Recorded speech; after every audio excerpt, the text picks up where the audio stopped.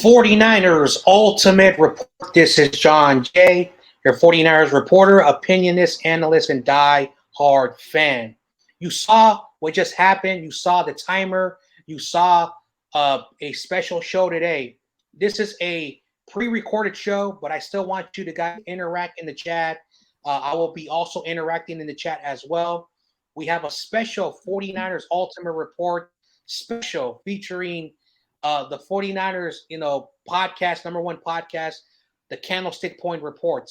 Last week, I let you know that Shifty is out of town. He won't be able to do the Candlestick Point Report, but we have a special Candlestick Point Report. You see on the ticker.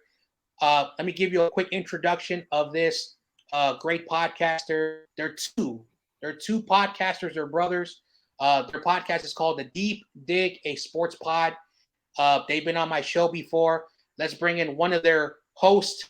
What's up? Thanks for having me, John Jay. Thanks for everyone in the chat watching this, listening to this. It's Drew, the host of the Deep Dig, a sports pod. My other host can't be here today, but I'm gonna do my best to fill in for Shifty, man. He does great work. I'm hoping I can bring some of my talent and do my best. Yeah, and of course, I will be interacting in the chat with you guys. So still leave comments. I will answer them in the chat. Of course, this is a pre-recorded. You saw the long intro, the tickers, that fun stuff. But this is still the Candlestick Point Report with our special guest. We have a filler. He will be on this channel many more times in the future. I really appreciate you hopping on. But before we jump into the show, man, I want you to let the viewers know who you are, where they can find you. Talk a little bit about yourself and talk about your channel. Yeah, man. As always, appreciate everything John Jay does for creators like me and for the 49ers community. We are the Deep Dig, a sports pod. If you type that specifically into YouTube, you'll find us, or we're at the Deep Dig. I think at the Deep Dig on Twitter. But yeah, we focus on the 49ers. We actually grew up in California, diehard 49ers fans. I go to San Francisco State right now, a broadcast major. And yeah, man, just lifelong 49ers fans. We're a couple brothers. I'm the more, stats, numbers guy, analytical. My brother's more like the fiery, diehard fan side of that. And we kind of just come together and we give our best takes on the 49ers weekly. Yeah. And again, check him out. Is right there on his ticker, on his name. Just type that on YouTube. You will find them. They're getting close to 100 subscribers. Hopefully we can get them even higher with that subscriber count. But let's jump right into the show and leave your questions. I will be answering them in the chat. The first question for the fans, and leave it in the chat. I will even ask it in the chat. Your thoughts on the game. I know I talked about this on my channel this week, but I want to get your thoughts, Drew, about what you saw in the Chargers game. Some good, bad things that that were like, whoa, they could have done better. I just want to get your thoughts, your quick thoughts on Sunday night game. The 49ers beat them 22-16. So let me know your thoughts about that. Yeah, right off the bat, it was I was skeptical all week going into this game because Kyle Shanahan does have this pattern to me of having a great offensive game and then having a letdown game.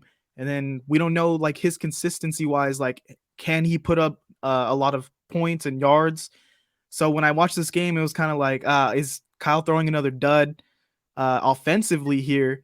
But we got the job done. We did enough on offense. It does scare me that the offense isn't rolling here. Like we have so many weapons, but we're not putting points on the board. And you can only rely on your defense so much in this league. Dre Greenlaw ejection, what a joke. I don't agree with that ejection at all. And the running back situation was something I didn't expect Elijah Mitchell to get so much run. But I mean, I like what I see from the run game. Yeah, 100%. For me, like my takeaway of the game, and we're going to talk a lot more about the offense. We're going to talk about, of course, Dre Greenlaw and many other things as well. Continue to leave your comments in the chat. I am answering them during this show. But the thing that I saw was how the Chargers in the very first possession went down the field. They scored a touchdown. It was a bad coverage, but the defense adjusted, and the Chargers had difficulties. They had many opportunities, especially to have the distant penalty from Greenlaw, which was off. They had an opportunity, and the Niners stopped them, forced them with 3 field goals in the second quarter. Score no points. The defense was basically the biggest bright spot of the game. And of course, I'll give you my thoughts later in the show about the offense and Dre Greenlaw. So my takeaway of the game is, as long as our offense conservative, well, like I don't want to say conservative, as long as they make the right plays, get the third down, continue drives, and move the ball down the field, score points, and our defense does what they did, we should be able to score more than 22 points. That's just my thoughts about that. Any other thoughts about the game before we move on to the next topic? Yeah, it's like defensively, you start to kind of worry with all these like injuries, these corners that are getting banged up. But I think Diamador Lenore is playing great for what we've asked him to do. Verrett it was kind of a heartbreaker that he got injured like he did, but he was kind of a guy that we weren't really banking on being a big piece anyways. So as much as I wanted to see him out there, we were kind of rolling with who we had anyways. So the secondary, which you would think could be a problem for us, hasn't been so much, and I think that speaks to our depth on the versatility of the players that we brought in, especially like Jimmy Ward coming down, uh, playing nickel, Diamador Lenore moving out of position, and the defensive line just being that deep and putting pressure on Herbert all day just really takes the load off that secondary. So, yeah, I agree. Defense really looked great this game. We need the offense to just put it in the end zone, man. I don't want to see any more 10-yard field goals. Yes, true. And again, I know one of my big supporters, he's probably in the chat, Robbie Gold, that easy X point in the forest, the block punt. The special teams, I found out that they're at the bottom, and we brought in our new special teams coordinator, and we're worse than last year, but that's a different topic. So let's move on to the next topic. And again, look at the ticker. Still leave your comments. I'm still interacting with you guys in the chat. So I want to get your thoughts on offense. I have a lot to say about the offense because I talked about this just after during the bye. I wanted to see your thoughts about the offense. We only scored 22 points with all these great playmakers. There should be no excuse. So I just want to know, is this team still having issues like, molding it together? This is still going to take them time to get all these players ready. Is it a Kyle Shanahan thing? Is Jimmy Garoppolo? We talk about Jimmy, how bad he is, but what is the reason why offense scored 22 points? Yeah, we talk about this a lot on our podcast, actually. If you follow us, I don't know if you're a big gambling guy, John Jay, but on Saturdays, we do our 49ers Diamond Pick of the Week, where we go through all the prop bets, all the spreads for the 49ers game. We pick the best bet, and we go off that. We actually won 5 weeks in a row, but we weren't betting really on yardage or points. It was really focused on those prop bets, like yard for specific players, because we're not so sure that the Kyle Shanahan offense this year can put up points, and we haven't seen it. I'm skeptical to put the over on the total points because there could be games where Kyle and Jimmy just don't move the ball. And this was a game where if they were going to put up 30 points, I would have thought it would be this game right here. Kyle really doesn't have an excuse of like injuries or not having weapons. Like, we have everything. Like, what else could we possibly give Kyle that would make him do better? So I'm kind of confused on what Kyle is doing right now, and what exactly is our offense's identity, because week to week I can't pinpoint like what we're going to do or how this offense is going to look. So it worries me going forward, getting into more of a playoff environment. Yeah. And like, this is my take. So when we got Christian McCaffrey, bye-bye Jeff Wilson. I wish he didn't have to go, but we have too many running backs now. Like, we have 2 rookies. We got Price and we got Mason. Those guys are gonna develop. So it's basically Elijah Mitchell. Elijah Mitchell came back from a severe knee injury, 18 carries, about 89, 90 yards. Okay. That's really, really good. So Elijah Mitchell came back from injury. He's still Elijah Mitchell. He's still able to produce those numbers. McCaffrey had 14 carries for 32 yards. Only one carry was basically 12 yards. You take away that one carry, McCaffrey's averaging 2 yards on the ground. What happened? The defense of the Chargers were hurt. They're still a tough, scrappy defense, but 2 yards per carry. What's going on? McCaffrey had 4 catches, almost 40 yards. One catch for 21 yards. So McCaffrey, I think, looks more of a receiver. Deebo Samuel's rushing attempts and catching attempts are gonna dwindle. So I think Kyle is like, oh, I got too many players. I just don't know who to give the ball to. And also Jimmy Garoppolo.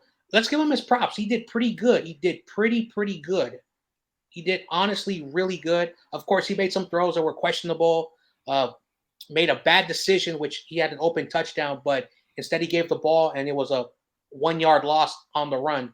So I think Kyle, in my opinion, has to really take this week as we go to Mexico. We'll talk about also the preview game with the Cardinals. I think he has to start to realize that go back to what they were doing in 2019. Basically, run the ball and then establish the pass. Jimmy Garoppolo needs to bootleg more. He needs to roll out. He needs to play action. I think he's more comfortable, and we'll see big, better plays. Brandon Ayuk should have had a touchdown. The ball hit him on his chest. It didn't go and like bounce off the defender. It bounced off the chest of Brandon Ayuk. We should have had 7 points right there, but unfortunately, we didn't get the opportunity. And so hopefully the offense plays better against the Cardinals. And the Cardinals are a divisional matchup. That's just my thoughts. Any final words before we move on to the next topic? Yeah, and it's just for Christian McCaffrey specifically, I wasn't big on bringing him in, but once he got in, I was like, okay, this makes sense. Like, this guy is still special. He may not be as fast as he used to be, but he can ball. And so when we did showcase him that game without Debo, it was like, this offense is rolling. We're dynamic. We're looking special. So why now with Debo are we not doing that? Is it like a preservation thing of like keep McCaffrey fresh? But if that's the case, I don't think the ideal way to do that is to run Elijah Mitchell into the ground. Like, why aren't we using Kittle? Why don't we use Juwan Jennings more? Why don't we use Ray? Like, let's spread it out instead of like run one guy into the ground until the next guy gets run into the ground, you know? Yeah, 100%. So hopefully Kyle starts to understand, like Kittle, basically, when we run the ball, he's still effective. He can catch the ball. Remember, like I've said this, with more receivers, Kittle, his numbers are going to drop. Debo, his numbers are going to drop because of McCaffrey. So we're probably going to see a lot of Ayuk as the leading receiver through the rest of the season. And it's nothing because of anyone. I think Kyle has to realize that. And even Matt Mayoko, who said something very interesting, when he was with Atlanta, they were averaging close to 30 points per game. And with the 49ers, under that, just over like 24 points, during his time here. So I don't know what has happened. And hopefully I put a lot of the blame for the offense on Kyle Shanahan. But yeah, and we're not getting those like 60, 70-yard touchdowns from Debo this year. And that really like changes how our offense looks. Like, how many screens is Kyle gonna run? But like without Debo breaking those long runs before, it's like, okay, now let's try something different. Like, obviously these guys are game planning for that. And we do have the best like run after catch offense in the league with like these players' skill set. But at a certain point, like, let's throw something downfield. Like, let's mix it up, you know? Brandon Ayuk is turning into an elite route runner. And I want to see him get more opportunities like that. Like, he's averaging like 80 yards these past couple games. This guy should be going over 100. Mm-hmm. Yeah. All right. So now we're going to move to the next topic, and I'm going to explain this situation. I know you and many other 49er fans, if you saw the videos on YouTube, Twitter, even Instagram, all the social medias, and everyone talked about it. Let's go with the reaction on the field. So the 49er fans at at the game show their strong, their strong feelings. Let's use that word when Greenlaw was kicked out of the game. So as a 49er fan, I have to agree with the 49er fans because it should have been a warning, but it was first called a warning, and then I don't know what happened. He was eventually kicked out of the game. So I want to get your thoughts, and I'll explain the situation as I said in my this week in my podcast on 49ers Ultimate Report why they did what they did. But I want to get your thoughts, your opinions. Yeah, I think you have to look at the intent behind like the play. Like he wasn't trying to like kill this guy. He wasn't trying to hurt or go for the head. It happens. Okay, flag us, give us the 15, whatever. But to throw him out of that game in that situation, I think was not fair. And I think this speaks to a larger problem that the league is having this year with like, can we even touch a quarterback ever? Like, I don't know if you saw that a couple weeks ago, the Tom Brady roughing the passer where they spin him and throw him down, and that got called. Even this week, Heineke takes a knee, gets a hit, and they call roughing the passer or unnecessary roughness on that play. So it's just it is getting a little ridiculous. Like, what is a legal hit, and like what is the level that you can touch these quarterbacks? Like, we had to take them down somehow. And I actually see a lot when I watch Patrick Mahomes. He is like breaking tackles and running through people, but I feel like the defenders let up a little bit because they're scared to like hit him and get a flag called. Um, like I don't know, I think it was last year, like that highlight play, he ran down the sideline, like breaking through a bunch of Chargers, and I was just like, guys, just tackle him. Like, you can tackle a quarterback. It's okay. He's running. But I think these rules got these defenders a little bit scared. Yep. Yeah, 100%. So here is the NFL explanation. So we all know helmet to helmet contact, 15 yards. After the 50-yard line, it's half the distance. So basically, they technically should have marked the ball at the 17-yard line. When they're like, in their like in basically their team's area, it's 15 yards. But once you get past, it becomes half the distance because then you're able to shorten the field half the distance. So say it was a penalty in the 50, ball spotted at the 25-yard line. That's what they should have done. They should have said, all right, half the distance to the goal line, ball at the 17-yard line, player is off for the rest of the quarter, or off for the rest of the game. That's how it used to be. It's changed now. Going back to the Tua situation, I think because after what happened to Tua, I think they made the rule even more stricter when it came to helmet to helmet. So now it's immediate ejection. So this is the rule. NFL senior vice president of officiating tweeted on the NFL Twitter. He eventually took it down, but it said the call on the field was just a warning, but New York made the call to eject Dre Greenlaw because they felt there was intention, that he was already going down. Two defenders already had him, and that hit was unnecessary. That's their rule. So that's what really happened. In my personal opinion, let the referees call the game. And the referee says just a warning, don't have New York. For those who don't know, Santa Clara is 3,000 miles away from New York. How is someone in a New York office gets to make that call? That doesn't make any sense in my opinion. But they made that decision. I didn't like it. That's just my thoughts about it. Any other thoughts before we move on to the next topic?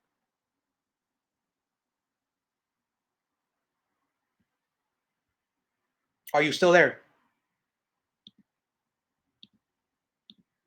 All right. I will hold on the show for a little bit. Again, we're still talking 49ers football. Go into the chat. Continue. I'm still interacting with you. I know this is a pre-recorded show, so I cannot read your comments, but still read your comments in the chat. All right. Let's bring back our guest. All right. I'm back. Hey, after technical difficulties, Hey, but hey, doing it live. Yeah, we're doing it live. So yeah. No, but yeah, on that point, I totally agree. Like, if the refs want to call it a certain way on the field, like penalty wise, I think they need to stick with that. do what the NFL usually does, like find the player after. Don't affect the game if the refs don't think that they should be stepping in and affecting the game. Taking Drake Greenlaw out in a defensive battle type game like that, we could have lost because of that. But find him after, let him appeal it, and like you guys work it out that way. Don't mess with what's going on, the product on the field. So I just didn't like that step in. Yeah. All right. So now we're going to talk about the next game. We're talking about the 49ers versus the Cardinals. And we're going to talk about three matchups that I wanted to talk about. And you can even add other matchups. But before we go with the other matchups, I want to get your thoughts, your opinions about this game. What are your thoughts? Like, of course, the Cardinals are 4-6. Last year they beat us, one of their games against the backup. So I want to get your quick thoughts about this game. Do you think the Niners are going to win this game, or do you think that this is a game that the Niners should not take lightly? I mean, at this point, I don't think the Niners can take any game lightly just because the offense is having struggles in the red zone and just scoring touchdowns, putting up points in general. But definitely, this is a game we should win. We said it about the Chargers game. Got a little dicey in there, but this is a game we should win. Cardinals are kind of imploding. I haven't been watching Hard Knocks, but my other host is definitely saying that there's some juicy stuff in there, so check it out. DeAndre Hopkins is back and yelling with Kyler Murray on the sideline. Cliff Kingsbury got his extension, but it's not looking like that was a good move. They cut Benjamin like mid-season. I thought he was looking pretty good for them. Trade for Robbie Anderson. Where has he been? Who's Robbie Anderson? I don't know. He's not even making any production on the field. So this is a tough moment for the Cardinals where it could all fall apart for them losing this game. But you gotta be careful because they've had the upper hand against the 49ers. And for some reason, Kyler plays well against them. The Cardinals play well against them. Kyler with an injury and Cole McCoy with an injury this week is really going to help us out. But man, we'll see if Kingsbury might just have Kyle Shanahan's number. I don't know, but I'm looking forward to this game. I want a big Kittle game. Yes. That's what I want in Mexico City. I want Kittle to make some plays. Yeah. Like for me, all the the football aspects, of course, our offense versus their defense, they have questions on their quarterbacks. Cole McCoy's also hurt, and so we'll find out who's going to be the quarterback probably at earliest, like maybe Saturday, probably, just before the game time decision. So I think they're going to wait until the game time before they pick the quarterback. If their third string quarterback plays, I'm sorry to say this, we have this in the book because I don't know who their third string quarterback is.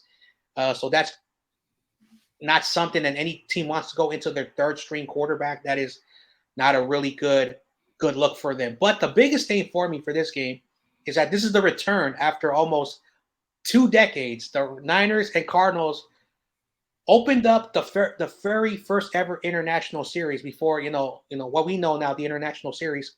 We were the first 2 teams to play in another country.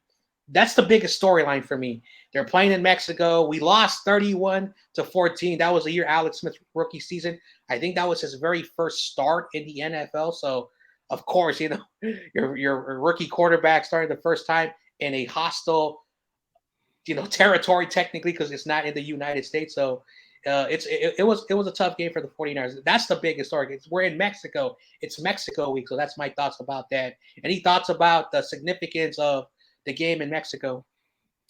Yeah, I'm actually loving maybe not the product on the field on these like international games. They've this last one in Germany was a little bit rough, but the turnout from the crowd, like just seeing a video of like right when they open the gates to let people in, a flood of people. Like the international crowds have been amazing, and they party out there. They once the game ended in Germany, no one left the stadium. They were going crazy, and I expect nothing less from Mexico, especially with the 49ers who, they have a large Mexican fan base. They're really close from Mexico to California. I expect a lot of people to, make the drive down or make the flight out. I don't know the airport situation, but Yeah, it's gonna be special, and I want to see some highlight plays. I just want to see a couple big touchdowns. That's why I'm like, Kittle, man, like you were in the promo for this Mexico stuff. I want to see you go out there and put up a couple touchdowns and really, put the 49ers on the map in Mexico. Mhm. All right. So I'm going to be on a small box for the next three topics. Key matchups. So we're going to start out with the first key matchup. I did a show on Wednesday, and I did my key matchups already. So I want to get your thoughts on these three key matchups. So I'm going to just be here on small box. Once I get your thoughts, we'll move on to the next other two. We'll start off with Nick Bosa versus the Cardinals, left tackle and right tackle. What are your thoughts about this matchup? I mean, I think Nick Bosa's having an amazing year. Like he needs to be in consideration for defensive player of the year in my eyes, just from the quarterback pressures, quarterback hit numbers. Um, the guy you watch that Chargers game at the end where they're trying to like drive down the field, but they're on like the goal line. That spin move Nick Bosa hit and almost destroys Justin Herbert's life. Like that, he's operating on a crazy level, and no left tackle or right tackle in the league scares me against this guy. I don't know if any offensive lineman scares me against this guy. He is doing so well, and his stance has changed up a little bit. He's moving faster off the line. He's having a great season, and it's opening up things for other people. Like Drake Jackson has looked great opposite Nick Bosa. And I think the more that those two play together and the more that Drake Jackson feels comfortable with Nick Bosa on their side and he can get going, it's just going to open up Nick Bosa even more because we've seen Drake Jackson be athletic and turn the corner. He has 3 sacks, like second among rookies, and bad down balls. If that guy's being a nuisance on that side, there's nothing stopping Nick Bosa on the other. He is looking very dominant. All right. So I already gave my thoughts about Nick Bosa on my Wednesday stream. So we're gonna move on and get your thoughts because I want to get your thoughts. So the next matchup is Christian McCaffrey. Of course, he had a really good game against the Rams. A lot of 49er fans want him to continue to do that. I don't think he's gonna throw a touchdown pass and and catch a pass as a wide receiver and run the football, anytime soon. But anything is possible. But this is a good matchup because he's going to be used in different types of formations. McCaffrey in the run game, and of course, he's going to be used as a check down, a screen passer, a receiver from behind the line of scrimmage. I think that's going to be his primary goal. So, your thoughts on this matchup, and do you think the Cardinals are able to stop this guy? Yeah, I'm excited to see more of McCaffrey. I mean, as I said before, I was skeptical at first of like adding another running back when I knew Elijah Mitchell was coming back. I really like Jeff Wilson Jr., but since I've seen this guy play in this offense, I'm excited and I want us to use him more. Um, he definitely didn't get enough, rushing attempts, I think, this last game, but it's okay. We got the win. With the Cardinals, I think Buda Baker's still hurt, who is like the heart and soul of that defense. JJ Watt's going to be out there, but Isaiah Simmons, I think we can do some things against this Cardinals run defense, um, especially some Deacon Dunks to McCaffrey. If we can get Ayuk and Debo going a little bit in that mid range, 10 to 15 yards, it really opens up those passing lanes for McCaffrey to get some checkdowns. And I don't know. It's all on Kyle Shanahan to me. It's not even on the players. Like, what kind of offense is he going to call, and what can he open up for these really good players that he has? If we have to like the game we saw without Debo, where it was all McCaffrey, that passing, rushing, receiving touchdown. If we have to go back to that, I have no problem with the other players on the team taking a back seat, and we'll make this the McCaffrey show. Like, let's do it. If that's what it takes, Kyle Shanahan to like throw out some dynamic and cool offense schemes to get touchdowns, like let's just pour everything to McCaffrey. Why not? We paid a lot for him, and he can do it. So let's make it happen. The other guys won't be mad as long as we're getting wins. Yeah, and of course, this is the next topic. But I wanted to piggyback one thing you said. Of course, Debo's numbers are going to go down because of IU. He at the end of the year, he's going to have the guy 80 plus catches, 1,000 yards. He's the guy. So his numbers are going to go down, and he just signed a big contract. he was running the football as well. He was getting like 4 or 5 carries. Now you have McCaffrey. So McCaffrey is a player that is a very good special player, and he's going to take away a lot of carries. So like Elijah Mitchell won't be carrying the ball 25 times. He'll probably carry between 15 and 19 times because McCaffrey will probably get 10 carries running the football, maybe like 4 or 5 catches. That's what he's going to be doing. So yeah, if it's McCaffrey, why not?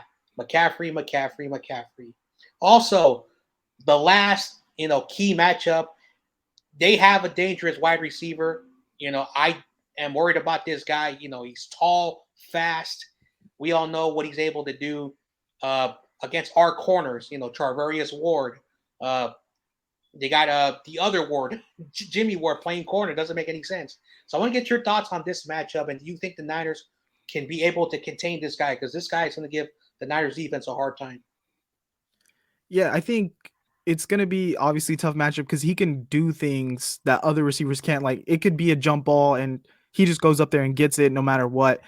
But it's really going to matter like who plays quarterback for them. If they got their third string quarterback is Trace McSorley. If Trace McSorley is out there throwing the ball, none of these receivers scare me. Colt McCoy, he had a good game, beat us last time, but Kyler really scares me in the scramble drill.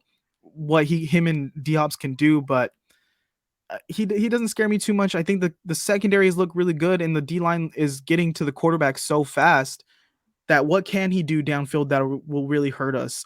Gibson and Ufunga have been a great combination, tipping the ball to each other, getting interceptions.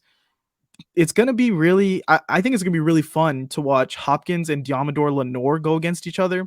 Like, what can this young guy do? He's looked really good. Let's see how he looks against this level of talent. And let's give him the shot. Like, why not? And Mooney Warren on the other side, he's going to hold his own. Like, I think he's a legit number one corner in the league. Who scares me a little bit more is Rondale Moore, just because the speed of that guy. Yeah. Like, he can take something, just take it to the house on us. I don't know if we have the speed to combat that, but it's going to be a fun matchup, definitely, with Hopkins and either one of those starting corners. Yeah. And you mentioned a name, Moore. No one talks about him because Hopkins, the big name.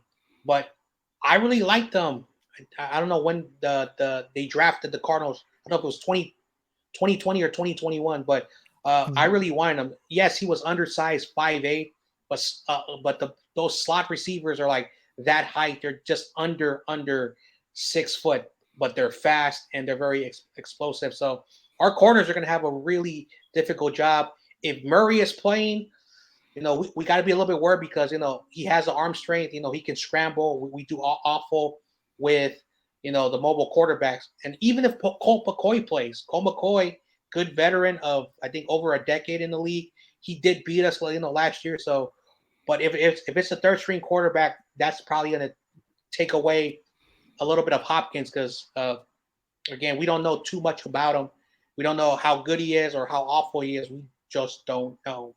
But before we go, this was a great show. It was a fast show again. Thank you very much. I know I interacted with you guys. We did not read the comments again. It's a pre-recorded show. I really appreciate you guys still being here, talking 49ers football with me. This was a special Candlestick Point Report with our special guest, Drew, from the Deep Dig, a sports pod. Before we go, just like in 49ers Ultimate Report fashion, let the fans know one more time who you are, where they can find you, all your social media platforms, all the platforms you're on, and talk about even your co-host. This is your 2 minutes. Go and end the show with your final pitch to the fans. Yeah, guys, just want to say thanks again for having me. You guys watching, and John Jay. John Jay does a lot to help us out, having us on the show. We love coming on here. Anytime you need me to fill in, just let us know. But we are a podcast. We're on like all the audio platforms, Spotify, Apple Pod, Amazon, whatever you got. Just type in the Deep Dig, a sports pod. We drop a podcast every week, mostly on Tuesdays. And we drop on YouTube. Also, just type in the Deep Dig, a sports pod. On Saturdays, we do our Diamond Pick of the Week, where we go through a bunch of betting stuff. On Twitter, before Elon Musk burns it down, go and follow us at the Deep Dig Pod. I know we're not verified. We don't have $8, But if you subscribe to our YouTube, we might get those $8 soon.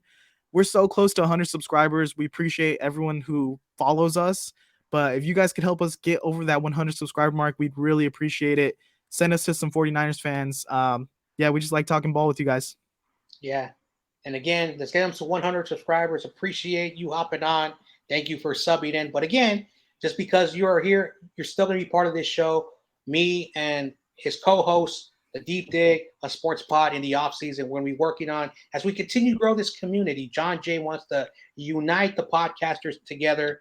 And it's also a big honor, even though I do have the bigger platform. It's always great to collaborate and bring in new, fresh faces talking to 49ers. We have a huge community. But if John Jay can bring probably like 30% of those guys together on one banner, it'll make it so easy for all 49er fans. So I really appreciate your really great support. But thank you very much, man. You have a good rest of your day. But with that said, I'm John Jay. This is Drew, the Deep Dig, a sports pod. You have a good rest of your day. And of course, go Niners. See you guys.